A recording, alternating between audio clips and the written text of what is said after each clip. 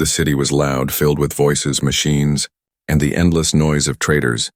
Yet in the middle of the noise walked a woman who had nothing left. Her steps were slow, her body weak, her eyes empty. She was an alien, once proud and beautiful, but now thin, tired, and forgotten. Her clothes were torn, her hair dirty, and her stomach had not felt food for days. Every door she knocked on closed against her. She begged at shops, at homes, and at stalls. Her words were soft, almost breaking. Please, I can work, I can clean, I can carry. I only need food, but the answer was always the same. A shake of the head, a laugh, or sometimes a cruel word. The city had no mercy. The strong survived. The weak disappeared, and she had nothing left. She stopped near a bakery. The smell of fresh bread hit her, warm and sweet. Her mouth watered, her chest hurt. She reached out, almost touching the counter. Please, just one piece, she whispered. But the baker only pushed her away. Get out. Worthless beggar. His words cut deeper than hunger. Tears burned her eyes. She stumbled into the street, almost falling under the wheels of a cart. The driver cursed at her. Watch where you go. Trash. The crowd laughed as she tried to stand. Her knees shook, her heart felt hollow. She thought of her family, once alive, once smiling, now gone to war, to sickness, to the cruelty of others. She had no one left, no home, no food. No hope, only herself, and even that felt like nothing. Her last pride was broken that day. In the corner of the market, she whispered words she never thought she would say. If no one gives me work, then take me instead. Her voice trembled. Her cheeks burned with shame. She was offering her body. The last thing she had, she hated herself. But hunger and despair had crushed everything inside her. The aliens around her turned to look. Some laughed, some sneered. A few stepped closer, not with kindness, but with hunger in their eyes. She froze, her chest tight. She wanted to run, but her feet did not move. She felt trapped. Like prey surrounded by predators then, in the middle of the mocking crowd, one figure stopped. He was not like the others. His clothes were rough, his boots covered with dust, his eyes steady, human eyes. The human did not laugh, did not sneer, did not step forward with desire. He only stood there watching her. The alien woman looked back at him. Confused, her lips trembled. She expected him to mock her too, or to walk away like all the others. Instead, he tilted his head slightly. As if studying her, there was no cruelty in his gaze. Only a strange silence. The crowd grew louder. Some shouted at him, "Take her if you want, she is cheap." Others laughed, waiting to see what he would do. The woman's heart pounded. She lowered her head, ashamed. She wanted to disappear. But the human did not move toward her body. He took a step closer, his voice calm. "What is your name?" The word shocked her. No one had asked her name for a long time. Not since before everything was lost. Her lips parted, but no sound came. She almost forgot who she was. The crowd jeered. "Don't waste time, human. She is nothing." The human ignored them. His eyes stayed on her, patient, waiting. Her throat was dry, her voice weak. Finally, she whispered her name, a name broken by hunger and shame, and in that moment, the human did something no one expected. He nodded as if her name mattered. The alien woman stared at him, her heart shook. She had offered herself as an object, but the human had seen her as a person. For the first time in many days, she felt something deep inside her chest, a small spark. Fragile but real, the crowd lost interest, moving away with laughter. But she stood frozen, staring at the human. He had not given her food, had not given her money, but he had given her something greater. He had seen her, and in a city that treated her like nothing. That single act felt like the beginning of something she could not yet understand. The marketplace grew quieter as the crowd lost interest, but the alien woman remained standing in front of the human. Her hands trembled against her chest, her eyes still lowered. Her shame weighed heavily on her. She had offered her body, but instead of mocking her, the human had asked something no one had in years. Her name. Her voice had been almost too soft to hear, broken by hunger, but the human caught it, and when he nodded, it felt like the ground beneath her had shifted. He did not laugh. He did not look at her with desire. He looked at her as if she mattered. The woman felt uneasy. Her heart raced. She waited for the cruel bargain, for the hidden trap. Yet the human simply stood there, his gaze steady. His voice was low but clear. "Tell me, why do you offer yourself this way?" Her throat tightened. The words she had spoken earlier echoed in her head. She wanted to hide, to run away, but her feet would not move around them. Merchants shouted their sales. Carts rolled over stone paths, and voices filled the air, but in that moment, it was as if the world had shrunk to only the two of them. She shook her head, trying to find words. Finally, her voice broke out in whispers. "Because I have nothing left." The human did not answer at once. His eyes searched her face, not with judgment, but with something she did not understand. He crossed his arms, thoughtful. "Nothing left." "Except yourself," he said softly. The words cut deep because they were true. Her chest tightened. She almost wanted to scream at him, to tell him he did not know her pain, but her strength was gone. Her shoulders slumped as she whispered, "I lost everything, my family, my home, my worth. No one will give me work. No one even looks at me as a person anymore." Her voice broke. "So what else do I have to offer?" The human stepped closer. His boots scraped against the stone. She flinched, expecting a hand to grab her. But it never came. Instead, his voice carried a strange calmness. "You are wrong." Her head snapped up, her eyes widened. "Wrong?" she asked in disbelief. He nodded. "You still have something left. Your will to live with dignity." The word struck her like a blade and a gift at the same time. Her lips trembled. She had not heard the word dignity in a long time. It was something the world had taken from her piece by piece. She had almost forgotten it existed. Her knees weakened, she wanted to argue, but no sound came in her silence. The human continued, "I will not take what you offer. Not your body, not your shame, but tell me, do you still want to live with dignity?" The marketplace seemed to hush. The question wrapped around her heart. It was simple yet heavy. No one had ever asked her what she wanted. They only told her what she was worth. Nothing. But this human standing before her asked if she still wanted to live with dignity. Her lips parted, but she could not answer. A part of her screamed yes, another part whispered no. Shame battled with hope, fear battled with memory. Her chest rose and fell, and for the first time in years, she felt something powerful pressing against her despair. The human's gaze did not move away. He waited, not rushing, not mocking. He seemed to understand her struggle. His silence felt like patience, and patience felt like mercy. Finally, her voice cracked. I don't know." He gave a small nod. Not disappointed, not angry. "That is enough for now," he said. His tone was steady, his eyes softened. "You do not have to know. You only need to choose to try." Her chest shook. Tears stung her eyes. She turned her face away, embarrassed, but the tears kept falling, because no one had ever spoken to her like that. Not since before her world was broken. The human reached into his pocket and placed something small in her hands. It was a piece of bread, still warm, she gasped, clutching it. Her fingers trembled as though holding a treasure. "Eat," he said. His voice carried no pity, only a quiet firmness. She lifted the bread to her lips and took a bite. The taste filled her mouth, rich and soft. Her body shivered as the hunger inside her screamed and calmed at the same time. Tears ran down her cheeks. He watched her eat in silence. When she finished, he spoke again. "Tomorrow, come to my workshop if you truly want dignity. I will give you work, not charity, not shame." Work, her eyes widened.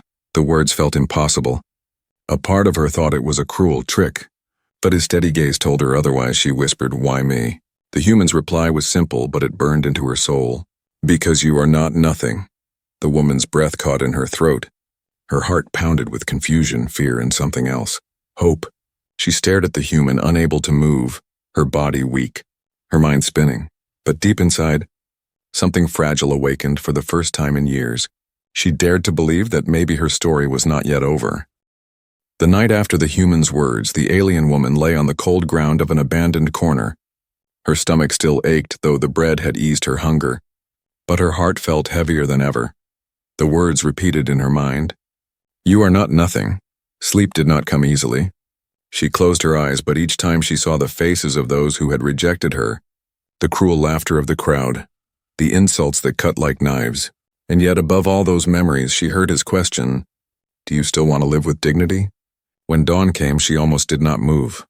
Fear chained her. What if it had been a lie? What if he only wished to mock her like the others? Her body shook, torn between despair and a fragile hope.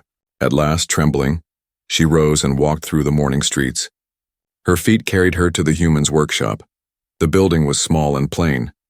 Hidden between larger stone halls of traders, the door was half open. Inside, she heard the faint sound of tools and machines. Her hand hovered at the doorframe. Her throat was dry, she almost turned away. But then the human's voice called from inside. Calm and steady, come in. She stepped inside slowly. The air smelled of oil, metal, and wood. Strange human tools lined the walls. Half-built machines rested on tables. The workshop was messy but alive, a place of work, not cruelty.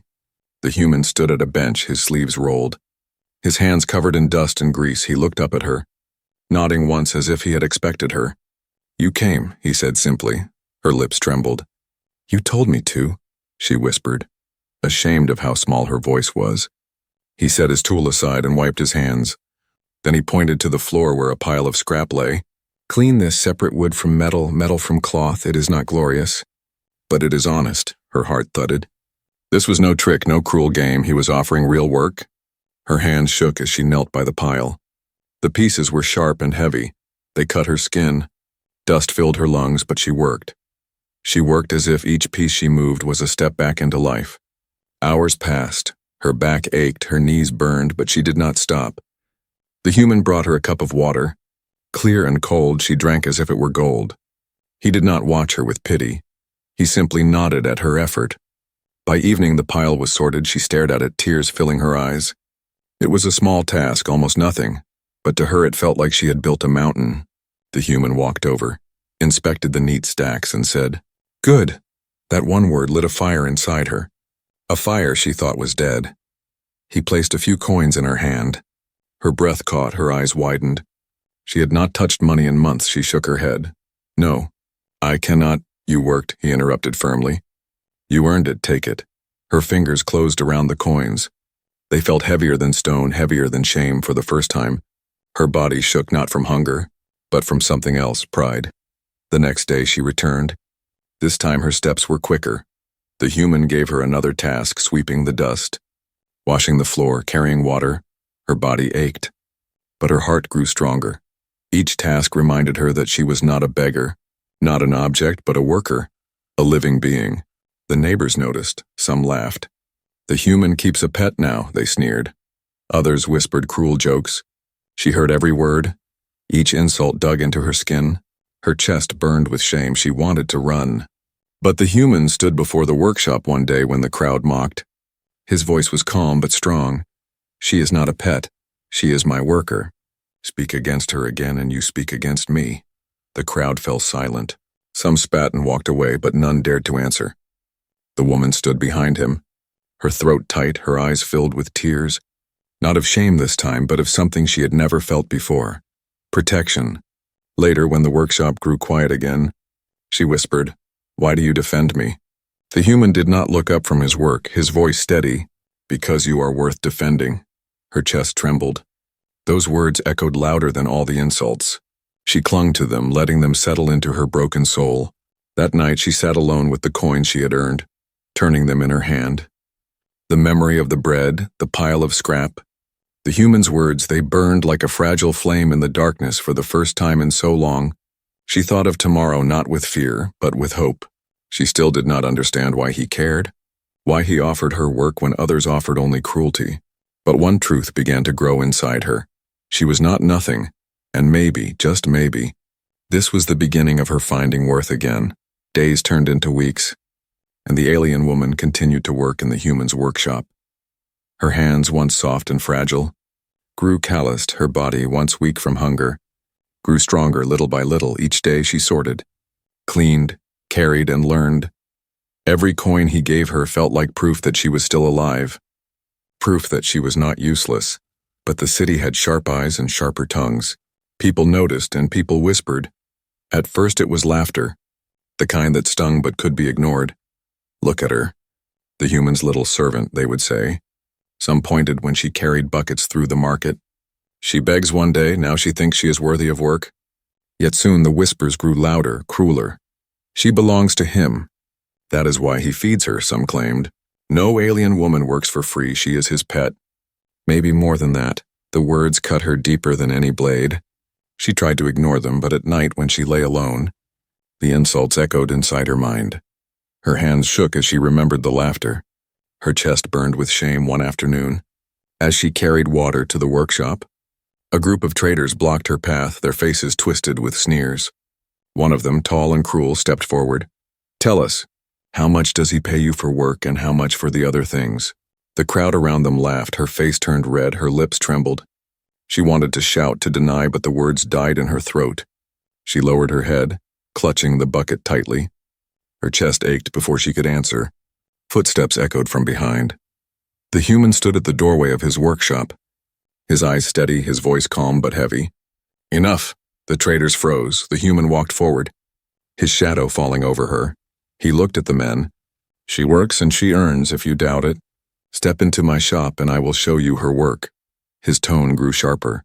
But do not speak of her like that again. The traders shifted uncomfortably. Some muttered curses, but none dared to face him directly. One spat on the ground before leaving. The rest followed, their laughter fading into the distance. The woman stood frozen, her body trembling. She had expected him to ignore it, to laugh along, to let the insults pass. But instead he had stood beside her. Against the crowd, her throat felt tight. She whispered softly, "Why do you defend me?" The human glanced at her, his voice steady. "Because you are worth defending." Her eyes filled with tears, she turned away quickly, ashamed to let him see her cry, but inside, his words struck like lightning, burning through the shadows of shame that had followed her. Still, the rumors did not stop. Every time she walked through the city, she felt eyes on her, some with disgust, others with curiosity. She could not escape the feeling of being judged. Each insult dragged at her heart. One evening, after the workshop was quiet, she sat by the door, her arms wrapped around her knees. The human worked at his bench, fixing a broken tool. She whispered into the silence, "Maybe they are right." He looked up. "Right about what?" She bit her lip, her voice shaking. "That I am nothing but your pet. That I do not belong anywhere. That I am only here because you took pity on me." The human set his tool down. He leaned back in his chair, studying her. His voice was calm but firm. "Do you believe them, or do you believe yourself?" Her breath caught. She had no answer. He continued, "I do not care what they say. I care what you choose to believe. If you see yourself as nothing, then their words will chain you forever. But if you see yourself as more, no words can bind you." Her eyes widened. His words dug deep. Her heart raced. She had lived so long under shame that she almost believed she deserved it. But here was a human telling her she had the power to choose. She looked down at her trembling hands, the same hands that had sorted scraps, washed floors, and carried water. They were no longer weak. They were hers, strong in their own way. That night, as she walked home under the pale moons, the insults still echoed in the streets, but something inside her was shifting. The shame was still heavy, but now there was something else standing beside it. His words, his defense, his belief that she was worth more. For the first time, she dared to think that maybe, just maybe, she could rise above the shadows of shame. The days grew longer, and with each passing week, the alien woman's hands grew steadier. At first, she had only swept floors and carried buckets, but the human began to give her new tasks. He showed her how to clean tools, how to sort parts not only by shape but by value. He taught her to recognize metals by sound, weight, and touch. She listened carefully. Every word he spoke felt like water in a desert. She repeated his instructions again and again until her movements became quicker. Her back still ached, her fingers were scarred, but she no longer worked only to survive. She worked to learn. One morning, the human placed a small broken machine on the bench. Its gears were twisted, its wires frayed. He looked at her. "Try." Her eyes widened. She shook her head. I cannot." "You can," he said firmly.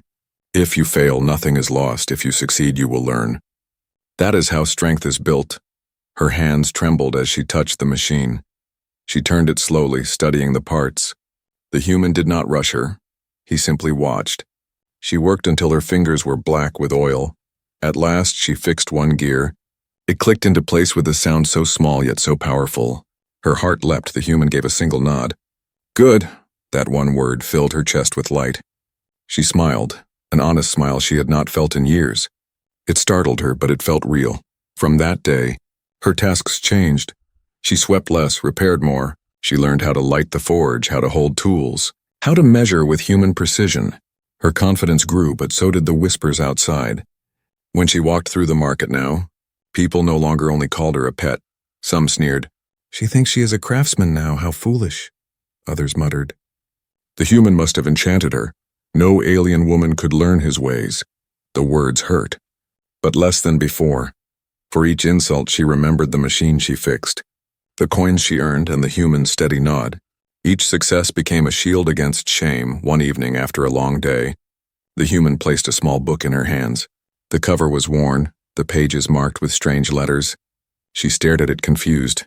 "What is this?" "Human trade logs," he said. "Learn them if you can read numbers. You can guard your own worth." Her breath caught. She had never been taught to read.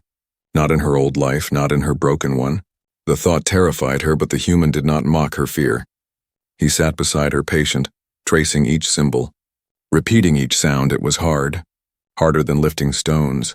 Harder than scrubbing floors. But slowly, painfully, she began to understand. The first time she read a number correctly, her chest swelled. The first time she wrote her name, tears blurred her eyes. The human looked at the shaky letters and said, "It is not perfect, but it is yours." Those words echoed in her heart. One day, as she carried supplies back to the workshop, a young alien boy in the street threw a stone at her. It struck her arm. She winced. The boy laughed. "Human's pet." For a moment, the old shame flared. She almost dropped everything. But then she remembered the human's voice. "If you see yourself as nothing, their words will chain you. But if you see yourself as more, no words can bind you." She straightened her back, met the boy's eyes and kept walking. She did not answer. She did not bow her head. The laughter followed her. But it no longer broke her. Later that evening, the human noticed the bruise on her arm. His voice grew sharp. "Who did this?" She shook her head quickly. "It does not matter." But he frowned. "It matters. You must learn to defend yourself." The next day he showed her simple moves, how to block, how to push away, how to hold a stick. At first she resisted, embarrassed. "I cannot fight." "You can," he said. "Strength is not only in machines or books. It is in your spirit, and your spirit is not broken." Not anymore, his words burned through her. She trained with him in secret. Her arms ached, her legs shook, but each move gave her a sense of power she had never known. One night, as she sat outside under the pale moons, she looked at her hands. They were no longer trembling hands of a beggar. They were hands that could work, repair, write, and even defend. For the first time in her life, she whispered to herself, "I am not nothing." And in that whisper, in that fragile strength, she discovered a hidden part of herself, one that refused to break again. The alien woman's life had begun to change. Every morning she woke with purpose. Every night she returned tired but proud. Her hands carried the smell of oil and metal. Her clothes carried dust. But her heart carried something she thought she had lost forever: dignity. Yet the city did not forget who she had once been. Rumors still followed her like shadows. Some said she was only a pet. Others claimed she was bought for cheap work. Still others whispered that no alien woman could rise without selling herself. The words pressed against her mind. And sometimes, when the nights were too quiet, she almost believed them again. One evening, as she left the workshop, a figure waited for her at the corner. He was a wealthy alien, dressed in fine robes. His eyes studied her the way hunters study prey. His voice was smooth but sharp. "You do not belong in that human's workshop." Her steps slowed. Her stomach tightened. "I work there," she said softly, trying to pass. But the man stepped in her path. "Work?" He scoffed. "Do not fool yourself. You think labor will make you rise. No, only power and wealth can lift you, and I can give you both." Her hands curled at her sides. "I do not understand." The man's smile widened. "I will take you into my house. You will not sweep floors. You will not touch rust. You will wear silk. You will eat well. You will have gold." His eyes darkened. "All you must give in return is yourself." Her chest froze. The words pierced like knives. They were the same bargain she had once whispered in her despair. The same bargain that had filled her with shame. She had nothing then, but now she had work. She had coins she had earned. She had skills she was learning. Still, the man's offer tempted her. Her mind raced. She imagined warm meals, soft beds, safety. For a moment, her hunger and old fear screamed at her to accept. But then another voice rose inside her, the human's voice, calm and steady. "If you see yourself as nothing, their words will chain you. But if you see yourself as more, no words can bind you." Her breath shook. She met the man's eyes. "No," she whispered. The man frowned. Think carefully, girl. No one will respect you for scrubbing floors. In time, the human will tire of you. Then what will you have? Nothing. Again. Her heart trembled, but her voice grew stronger. I will still have my dignity. The man's face darkened with anger. His hand shot out, gripping her arm. You dare refuse me? His voice dripped with fury. Do you know who I am? I could destroy you. Her fear surged, but so did her training. She remembered the human's lessons. She twisted her arm, stepped back and shoved hard. The man stumbled. Shock flashing across his face, she glared at him, her voice trembling but firm. Do not touch me again. The man's eyes burned with rage, but he did not step closer. With a hiss of disgust, he turned and stormed away. Her body shook. Her legs felt weak. She nearly collapsed, but inside a strange fire burned. She had refused. She had chosen dignity, not shame. She had defended herself when she reached the workshop. Her hands were still trembling. The human noticed at once, and what happened? She tried to hide it, but tears filled her eyes. She told him everything, the man, his offer, his threat, her refusal. The human listened in silence. His eyes dark, his jaw tight, but when she finished, he did not speak of the danger. Instead, he gave a rare, small smile. You chose well. Her breath caught. She wiped her tears, but he was powerful. He could harm me. The human's gaze was steady. Power means nothing if you give away your soul. You kept yours. That is strength greater than his wealth. His words wrapped around her like armor. She felt taller, stronger. Her shame was gone, replaced by pride that night. As she lay under the pale moons, her heart was still restless.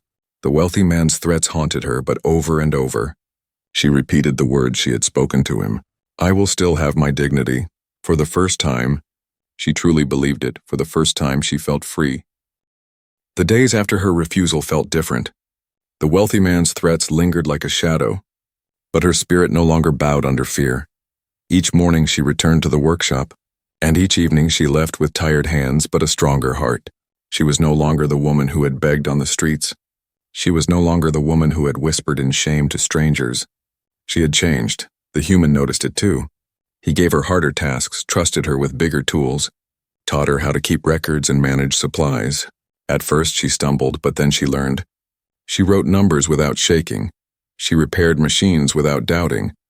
The woman who once offered herself for bread now stood tall in a workshop filled with her own effort.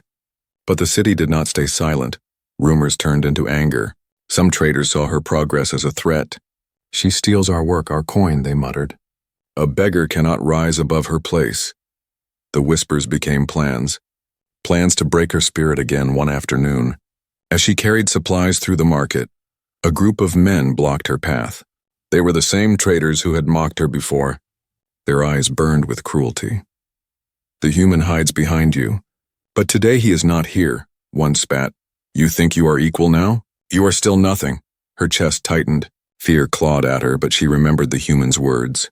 She remembered the machine she had fixed, the letters she had written, the man she had refused. Slowly, she raised her chin. Her voice shook but carried strength. I am not nothing. The men laughed. One shoved her, another grabbed her arm. But before they could drag her down, footsteps thundered behind them.